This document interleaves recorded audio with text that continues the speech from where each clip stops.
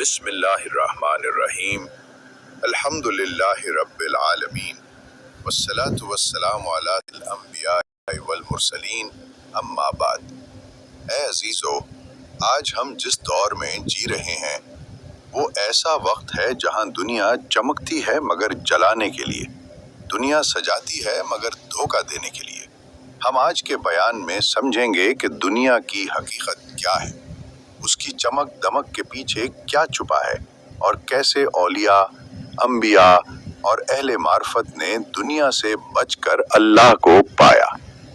دنیا کی چمک دمک، شہرت، مال و دولت، عیش و عشرت، یہ سب ایک دھوکہ ہے۔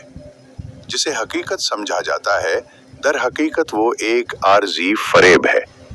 ہر چیز فنا ہونے والی ہے سوائے اس ذات کے جس نے ہمیں پیدا فرمایا، اور ہم اسی فانی دنیا کے پیچھے دوڑ رہے ہیں۔ آئیے اس رب کی طرف پلٹیں جو ہمیشہ باقی ہے۔ چینل عائشہ خان پیش کرتا ہے۔ دنیا ایک دھوکہ ہے، ایک روح کو جھنجھوڑ دینے والا بیان، قرآن، احادیث، اقوال اولیاء اور دل کو چھو لینے والے واقعات کی روشنی میں چلیں آغاز کرتے ہیں اس حقیقت کے سفر کا جو اکثر نظر انداز ہو جاتی ہے۔ قرآن میں مجید کی روشنی میں سورہ الحدید آیت 20، اعلموا انما الحیات الدنیا لعب ولہو وزینۃ وتفاخر بینکم وتکاثر فی الاموال والاولاد۔ جان لو کہ دنیاوی زندگی ایک کھیل، تماشا، زینت اور مال و اولاد میں فخر کا نام ہے۔ سورہ آل عمران آیت 185، کل نفس ذائقۃ الموت وانما توفون اجورکم یوم القیامہ فمن زحزح عن النار وادخل الجنۃ فقد فاز وما الحیاۃ الدنیا الا متاع الغرور۔ دنیا کی زندگی تو محض دھوکے کا سامان ہے۔ ہماری بے وفائیوں کے باوجود بھی رب ہم سے محبت کرتا ہے۔ یہ جھوٹ نہیں، سچ ہے، اور سچ تو اللہ کو پسند ہے۔ ہاں، بے وفا تو ہم ہیں، لیکن وہ وفاداروں کا بادشاہ ہے۔ اگر ہم واقعی وفادار ہوتے تو کیا مقام ہوتا ہمارا؟ تب تو دل کی باتیں نہ ہوتی، وہ تو ہماری روحوں میں اتر آتا۔ حضرت کسی نے خوب کہا تھا، دل کی باتیں کیا کرتے اگر تو نے چاہا ہوتا چاہنے والوں کی طرح۔ اب سنیے ایک بات جو آپ کے دل کو چھو جائے گی۔ حضرت حبیب جمیل رحمت اللہ علیہ، وہ فقیر جنہیں فقر میں پختگی ملی کہ آخر دم تک اسی پر قائم رہے۔ انہیں حکم ہوا کہ اسباب چھوڑ دو، اور ہم تو سارا دن دکانوں، ملازمتوں اور اسباب کے پیچھے بھاگتے ہیں۔ حضرت حبیب گھر بیٹھ گئے، ذکر میں مشغول ہوئے، اس میں ذات اللہ کی تسبیح شروع کی، لیکن بیوی کا مزاج مختلف تھا۔ ایک دن آ کر کہنے لگی، یہ تسبیح کیا کرتی ہے؟ ہمیں تو نظر نہیں آتا کچھ بدلتا ہو، نہ روٹی ہے نہ کوئی آسرا۔ حضرت خاموش رہے، جواباً کچھ نہ کہا، کیونکہ اولیاء بحث نہیں کرتے، عبادت بڑھا دیتے ہیں۔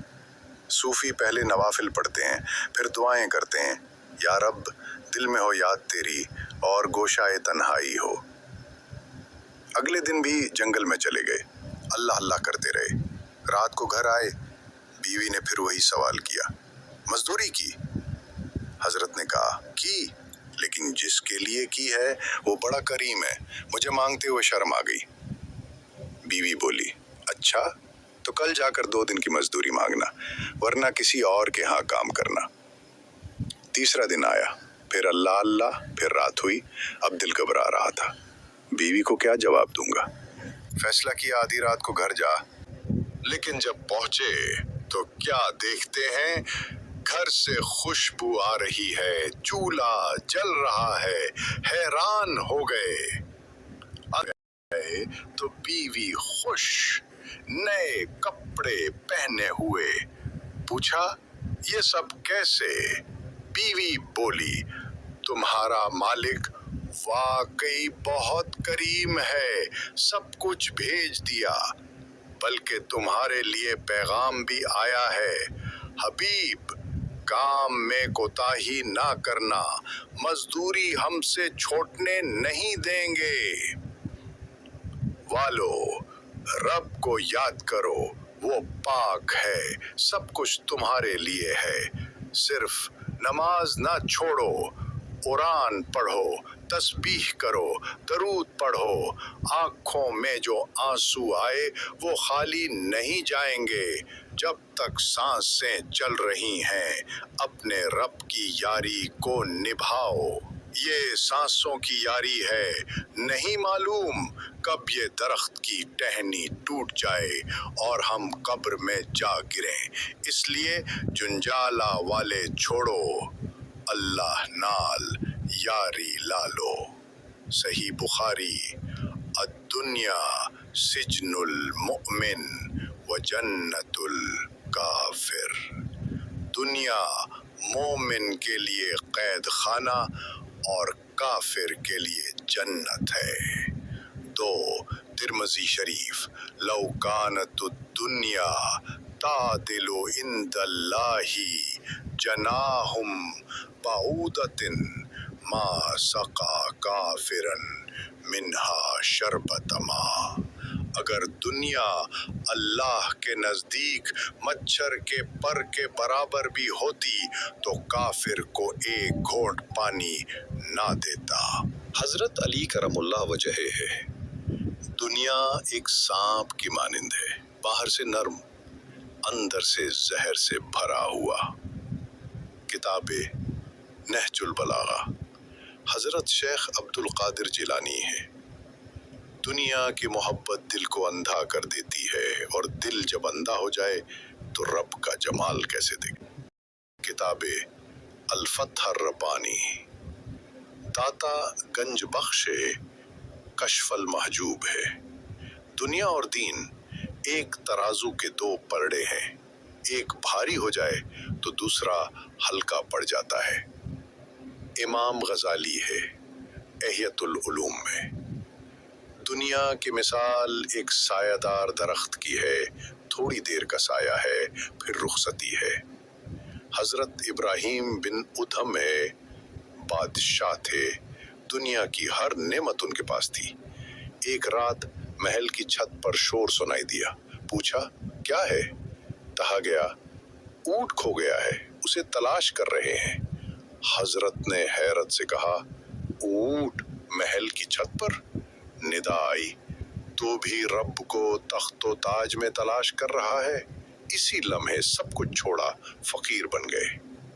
حضرت رابعہ بصری ہے، ایک دن بازار سے گزر رہی تھی، لوگ شور مچا رہے تھے، آگ لگ گئی۔ فرمانے لگی اے دنیا والو، تم دنیا کی آگ سے ڈر رہے ہو، کبھی جہنم کی آگ کا تصور کیا؟ فانی ہے جو آج ہے، کل نہیں۔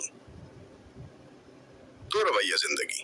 جھوٹی چمک، اصل اندھیرا۔ قبر میں ساتھ کچھ نہیں جاتا، کپڑے بھی اتار لیے جاتے ہیں۔ عقبے کی بربادی کا سبب۔ دنیا کی محبت آخرت کو نقصان پہنچاتی ہے، دل کو سونا بنا دیتی ہے۔ نہ ذکر میں مزہ، نہ نماز میں لذت۔ دنیا سے بچنے کے طریقے۔ ذکر الہی سے دل کو زندہ رکھو، دنیا کی محبت کو دل سے نکالو، آخرت کی تیاری میں لگ جاؤ۔ دنیا کو ہاتھ میں رکھو، دل میں نہیں۔ دنیا کے پیچھے بھاگنے والوں نے ہمیشہ پچھتاوے اٹھائے، خواہ وہ بادشاہ ہوں، تاجر ہوں یا عالم۔ اصل کامیابی دنیا کی زیب و زینت میں نہیں بلکہ آخرت کی تیاری میں ہے۔ نبی علیہ السلام نے فرمایا دنیا قید خانہ ہے مومن کے لیے اور جنت ہے کافر کے لیے۔ کشف المحجوب۔ حضرت داتا گنج بخش رحمہ اللہ۔ ایک بادشاہ ہر وقت سونے، چاندی، خوشبوؤں، رقص و سرود میں رہتا تھا۔ ایک فقیر نے اسے کہا یہ سب چند دن کی چمک ہے، قبر کی تاریکی کے لیے بھی کچھ کر لو۔ بادشاہ نے مذاق اڑایا۔ اس رات خواب میں اس نے خود کو جہنم میں دیکھا، جہاں آگ کی لپٹیں اس کے جسم کو جلا رہی تھیں۔ آنکھ کھلی تو کانپ گیا، فوراً توبہ کی، سارا مال خیرات کیا اور فقیر کی مریدی اختیار کی۔